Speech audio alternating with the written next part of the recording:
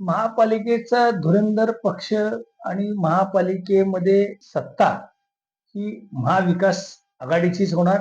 विकासाचा मुद्दा यामध्ये प्राकर्षाने तुम्हाला या ठिकाणी पाहायला मिळेल. बॅनरबाजी करून, पोस्टरबाजी करून इतके हजार कोटी आले, इतके हजार कोटी आले, हे आपण फक्त बॅनरवर बघितले. विरोधकांना टीका करण्याशिवाय आता पर्याय राहिलेला नाही, म्हणून हे या पद्धतीने आत्ताच ते रान उठवायला लागलेले. आज तुम्ही मला सांगा, आज जवळजवळ 3.5-4 वर्ष व्हायला आली. कुणाकडे सत्ता आहे? प्रशासकावर कंट्रोल कोणाचा आहे? तुमचंच आहे ना, तुम्हीच सत्तेत आहे ना. किती पैसे आणले? या सगळ्या गोष्टी ज्या वेळेला सुरुवात होईल त्यावेळेला येणार ना रणांगणामध्ये. याचं उत्तर पहिल्यांदा त्यांना द्यावं लागेल. आणि त्या न मिळाल्यामुळे लोकांच्या मध्ये एक उद्विग्नता आहे आणि त्याचे परिणाम त्यांना भोगावे लागणार उद्या. हे देशात राज्यात सत्तेत असून सुद्धा काँग्रेसकडे ओढा. आम्ही त्यांची नाराजी दूर करण्यात यशस्वी ठरणार आणि उद्याच्या महापालिकेवर महाविकास आघाडीचा झेंडा फडकल्याशिवाय राहणार नाही. कोल्हापूर महानगरपालिकेच्या निवडणुका तब्बल 10 वर्ष या रखडलेल्या होत्या. अखेर या निवडणुका जाहीर झाल्या आणि त्यानंतर प्रत्येकच पक्ष कामाला लागला. प्रत्येकाने आपले मुद्दे जनतेपर्यंत पोहोचवायला सुरुवात केली. आतापर्यंत म्हणजे ज्यावेळेस मी ही मुलाखत घेतोय तोपर्यंत काँग्रेसनं या सगळ्या प्रक्रियेमध्ये एक पाऊल पुढे टाकलेलं आहे. त्यांनी पहिली उमेदवारी जाहीर केली, दुसरी उमेदवारी जाहीर केली, मित्र पक्षांना किती जागा सोडणार हे देखील त्यांनी डिक्लेअर केलं. तर दुसऱ्या बाजूला महायुतीचा तिढा मात्र अद्याप सुटताना दिसत नाही.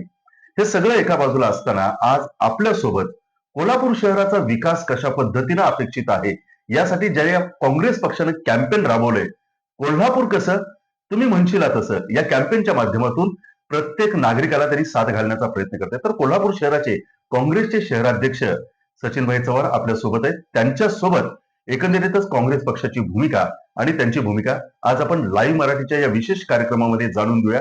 महापालिकेचा धुरंधर कोण? सचिनभाई नमस्कार. नमस्कार. पहिलाच प्रश्न विचारतो, महानगरपालिकेचा धुरंधर कोण ठरणार आहे? महापालिकेचा धुरंधर पक्ष आणि महापालिकेमध्ये सत्ता ही महाविकास आघाडीचीच होणार. कारण जनतेच्या मनाचा कौल हा महाविकास आघाडीच्या बाजूने आहे. तुम्ही आता कॅम्पेन ज्या पद्धतीने मी सुरुवातीला सांगितले की कोल्हापूर कसं तुम्ही म्हणशीला तसं, तर सकाळपासून तुम्ही रस्त्यावरती असतात, आपले नेते सुद्धा रस्त्यावरती आहेत. कोल्हापूरकरांना काय नेमकं कसं कोल्हापूर हवंय?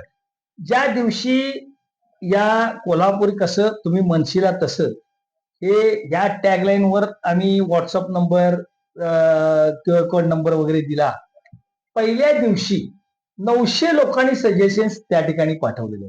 म्हणजे ते अगदी कोल्हापूरच्याच नव्हे, महाराष्ट्रातलेच नव्हे, देशातले नव्हे, तर देशाबाहेर सुद्धा जी कोल्हापूरची मुलं ती लंडन सारख्या ठिकाणी शिकायला गेलेली आहेत, बॉस्टन सारख्या ठिकाणी गेलेले आहेत, त्या लोकांना कोल्हापूर कसं पाहिजे याची संकल्पना ते या ठिकाणी सुचवत आहेत.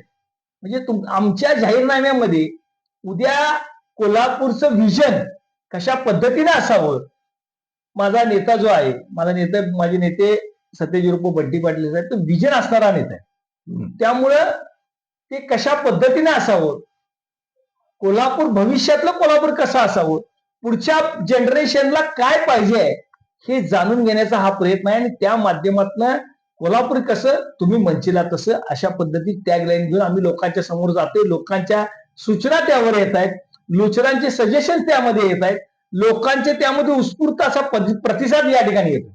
काय आहे लोकांचा प्रतिसाद? काय तुम्हाला सजेशन? लोकांना आज खड्डेमुक्त कोल्हापूर पाहिजे. पर्यटक जे येतात, ज्या ठिकाणी आज आई महालक्ष्मीला, आई अंबाबाईला जे भाविक येतात त्यांच्यासाठी काही सोयी सुविधा असल्या पाहिजेत. नुसतंच बॅनरबाजी करून, पोस्टरबाजी करून इतके हजार कोटी आले, इतके हजार कोटी आले, हे आपण फक्त बॅनरवर बघितले.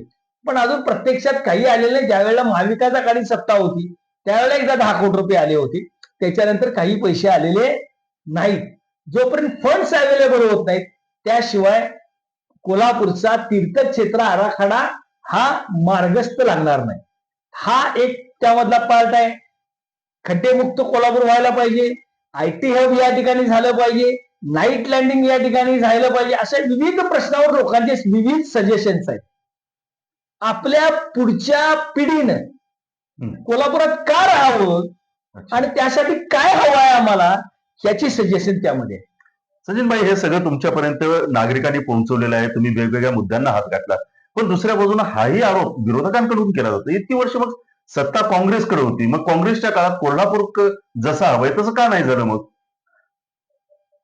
विरोधकांना टीका करण्याशिवाय आता पर्याय राहिलेला नाही, म्हणून हे या पद्धतीने आत्ताच ते रान उठवायला लागलेले.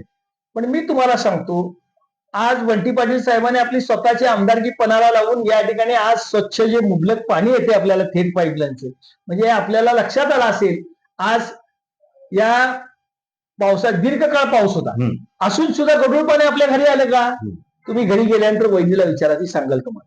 आज माता भगिनींना तुम्ही जर विचारलं तर गढूळ पाणी नाही, स्वच्छ आणि मुबलक पाणी या ठिकाणी मिळते. ते कुणामुळे रखडलं, काय मुळे, तो अभ्यासाचा भाग आहे, तो वादाचा भाग आहे, तो बाजूला ठेवू, पण आज या ठिकाणी पाणी मिळते. त्याचबरोबर महालक्ष्मीला येणारे जे पर्यटक आहेत त्यांच्यासाठी बहुमजली पार्किंग हे कुणाच्या काळात झालं? बंटी साहेबांनीच ते आहे. त्याचबरोबर कुस्तीचं मैदान, आपलं खासबाग कुस्तीचं मैदान असेल, शाहू कुस्तीचं मैदान, त्याचबरोबर आपला केशवराव भोसले असेल, याच्यासाठी सुशोभीकरणासाठी पहिले 10 कोटी रुपये कधी आले? म्हणजे कोल्हापूरचं आज या ठिकाणी शाहू समाधी स्थळ असेल, आता जे झालेलं आहे ते आमच्याच काळात झालं. तुम्ही रंकाळ्याचा विकास, रंकाळा तलावाचा विकास सुद्धा हा महाविकास आघाडीच्या काळामध्ये चालू झाला. म्हणजे ह्या ज्या गोष्टी आहेत, टप्प्याटप्प्याने आपण या ठिकाणी काँग्रेसच्या आमच्या कोल्हापूर महापालिकेतल्या सत्तेच्या वेळेला आम्ही सुरुवातीला केल्या.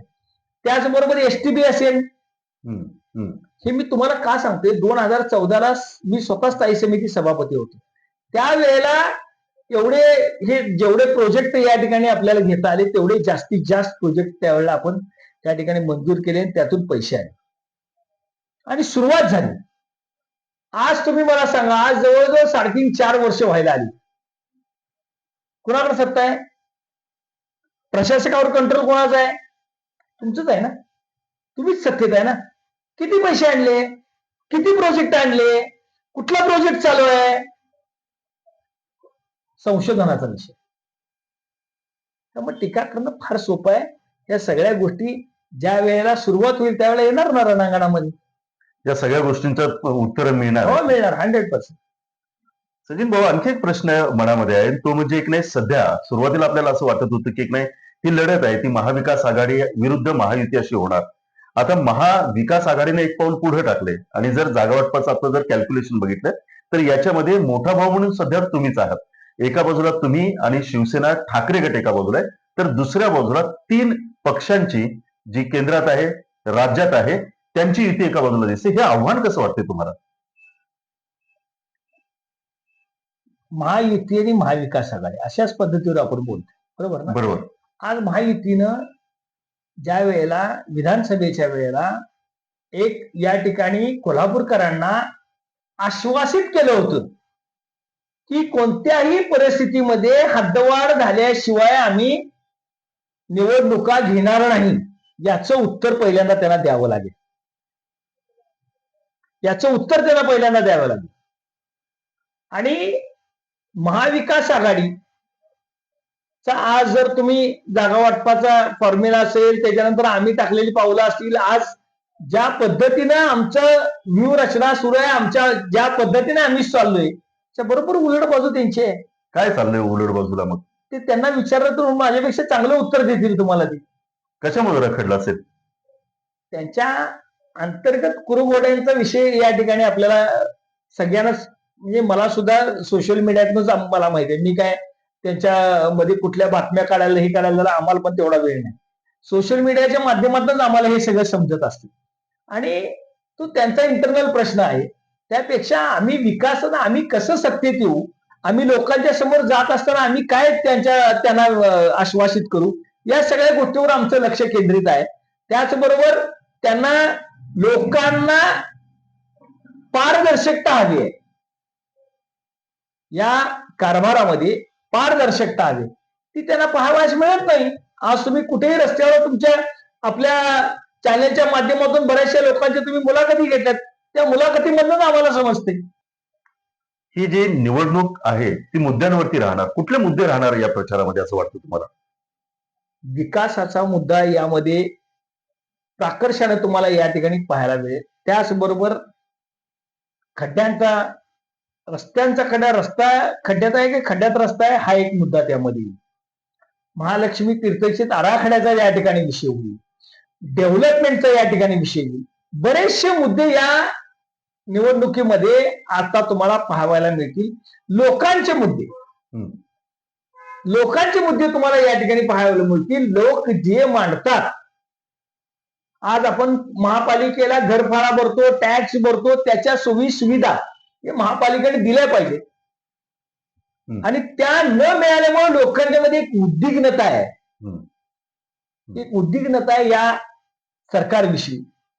जे जे सांगितलं त्याच्या उलट सगळे हे करत गेलेले आहेत आणि त्याचे परिणाम त्यांना भोगावे लागणार उद्या. हेच मुद्दे या निवडणुकीत 100%. सचिन भाई, आणखी एक शेवटचे 2 प्रश्न मला विचारायचे. त्यातला एक प्रश्न असा की आपण महाविकास आघाडी, महायुती याच्याबाबत बोललो, परंतु याच्यामध्ये आता तिसरा पर्याय निर्माण होतोय आणि तो म्हणजे वंचित बहुजन आघाडी, राष्ट्रवादी शरदचंद्र पवार पक्ष आणि आम आदमी पक्ष. आणि खरं म्हणजे अनेकदा असं सांगण्यात आलं की या सगळ्यांच्या बरोबर वाटाघाटी ज्यावेळेस चालू होत्या त्यावेळेस तुम्ही स्वतः सुद्धा त्याच्यामध्ये होतात आणि 1-2-3 बैठका सुद्धा झाल्या. पण नेमकं असं काय घडलं की तिसरी आघाडी निर्माण व्हायला लागली? नाही काय आहे, त्यामध्ये पहिल्यांदा आम आदमी पार्टी असेल किंवा राष्ट्रवादी असेल यांच्याबरोबर चर्चा करत असताना चर्चेच्या फेऱ्या ज्या सुरू झाल्या त्या चर्चांमध्ये निवडून येणारा उमेदवार हा निकष पहिल्यांदा फायनल करण्यात आला आणि त्याच्यावर चर्चा होत असताना त्या चर्चा मूर्त स्वरूपात येत नाहीत. मला आता सीट्स बद्दल त्यामध्ये विषय आला. निवडून येणाऱ्या सीट्सवर चर्चा केली पाहिजे. आज भाजप असेल, शिंदे सेना असेल, त्याचबरोबर अजितदादा पवार गटाची राष्ट्रवादी असेल, यांना आपण टक्कर देणारा ताकदीचा उमेदवार जर दिला, आज तुम्ही पाहिला असेल, म्हणजे एवढा हे असून सुद्धा, हे देशात राज्यात सत्तेत असून सुद्धा काँग्रेसकडे ओढा आज इच्छुकांचा जास्त आहे. कारण काँग्रेस पक्षावर त्यांची या ठिकाणी त्यांचा विश्वास आहे आणि म्हणून आज या पार्टीच्या चर्चेसंदर्भात म्हणजे जागा वाटपाच्या संदर्भात आम्ही चर्चा केली. चर्चा 1, 2, 3, 4 राऊंड झाले, पण त्यामध्ये तोडगा निघू शकला नाही. आणि यामध्ये तुम्हाला मी प्राकर्षाने या ठिकाणी सांगणं गरजेचं आहे की मागच्या वेळेला सुद्धा राष्ट्रवादी काँग्रेस आणि आम्ही एकत्र होतो, पण इलेक्शन म्हणजे पोस्ट इलेक्शन आम्ही एकत्र झालो होतो. पहिल्यांदा आम्ही स्वतंत्रपणे सगळे लढलो होतो आणि त्याच्यानंतर एकत्र आलो. उद्या सुद्धा असंच होणार आहे. मैत्रीपूर्ण लढती होती ना, सगळे एकत्र येतील नंतर. तिसऱ्या आघाडीकडून अनेकदा अशा पद्धतीचे सूतोवाच केले गेलेत की मेरिट पेक्षा सुद्धा इतर गोष्टींवरती जास्त भर देण्यात आला की उमेदवार निवडून येण्याच्या निकषापेक्षा उमेदवाराकडे किती खर्च करण्याची ऐपत आहे याच्यावरतीच सगळं घोडं आणलं असं म्हणतात. असं काही नाहीये. बरेचसे उमेदवार या ठिकाणी तुम्हाला बघितलं असाल तर फार काय आर्थिक हा मुद्दा त्यामध्ये फार नाहीये, पण त्यामध्ये निवडून येणारा उमेदवार निवडून येणाऱ्या उमेदवारावर जास्त भर दिला गेला. त्यामुळे असं कोण जर आरोप करत असतील तर तो त्यांचा विषय. आमची या ठिकाणी पहिली यादी जर आपण पाहिली तर पहिल्या यादीमध्येच आपल्या लक्षात येईल त्यातले आर्थिक कमकुवत असणारे त्यामध्ये उमेदवार, कमकुवत म्हणता येणार नाही पण आर्थिक दृष्ट्या थोडेसे हे आहेत, पण त्यांना उमेदवार देण्यात आलेले आहे. 7-8 उमेदवार दिसतील तुम्हाला त्यामध्ये. पहिल्या यादीमध्ये तुम्ही पाहिलं तर तुमच्या लक्षात येईल. म्हणजे कार्यकर्त्यांना संधी दिली, कार्यकर्त्यांना 100% संधी दिली. आता तुम्हाला सांगतो, या दुसऱ्या यादीत आमचा दीपक थोरात आहे, कार्यकर्ता आहे, त्याला या ठिकाणी संधी दिलेली आहे. आज पेपरला त्याचं नाव आहे. शेवटचा प्रश्न एक, आणि तो म्हणजे इच्छुकांची संख्या काँग्रेसकडे सर्वाधिक जास्त प्रमाणात पाहायला मिळाली आपल्याकडे, तर अनेक जण नाराज होण्याची शक्यता आहे.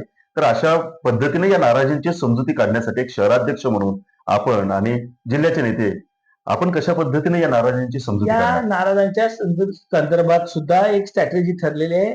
आम्ही त्यांची नाराजी दूर करण्यात यशस्वी ठरणार आणि उद्याच्या महापालिकेवर महाविकास आघाडीचा झेंडा फडकल्याशिवाय राहणार. तर एकंदरीतच काँग्रेसचे शहराध्यक्ष सचिन चव्हाण यांनी खूप मोठा आत्मविश्वास दाखवलेला आहे आणि ते असं म्हणतात की महाविकास आघाडीचा झेंडा महानगरपालिकेवरती फडकला जाणार आहे. आणि यावेळेस आम्ही विरोधकांना फक्त विकासाच्या मुद्द्यावरती धारेवरती धरणार आहोत आणि काँग्रेस हा कार्यकर्त्यांना घडवणारा पक्ष आहे, त्याच्यामुळे आमच्यावरती केलेले आरोप हे सर्व बेछूट आहेत असं देखील त्यांनी थेट रीतीने सांगितले. पण या सगळ्या प्रश्नांची उत्तरं आपल्याला 16 जानेवारी 2026 रोजी मिळणार आहे. पण कोल्हापूर महानगरपालिकेच्या प्रत्येक घडामोडींवर लाईव्ह मराठी लक्ष ठेवून असणार आहे. त्याच पद्धतीनं काँग्रेसच्या गोटामध्ये सुद्धा काय चाललेलं आहे याकडे देखील लक्ष ठेवून असणार आहे. पण तुर्तास आपण इथंच थांबतोय. त्यासाठी पाहत राहा लाईव्ह मराठी. सैन्य आणि पोलीस भरतीमध्ये 35 वर्ष अविश्रांत सेवा देणारी महाराष्ट्रातील एकमेव संस्था म्हणजे आदर्श करिअर अकॅडमी. तब्बल 22,000हून अधिक यशस्वी विद्यार्थी इयत्ता 8वी ते 12वीसाठी विशेष तयारी वर्ग, स्वतंत्र अभ्यासिका, अनुभवी शिक्षक, मुलींसाठी स्वतंत्र राहण्याची सोय. प्रवेशासाठी संपर्क आदर्श करिअर अकॅडमी, बहादूरवाडी, तालुका वाळवा, जिल्हा सांगली. मोबाईल क्रमांक 915866 8989 आणि 9960 888833.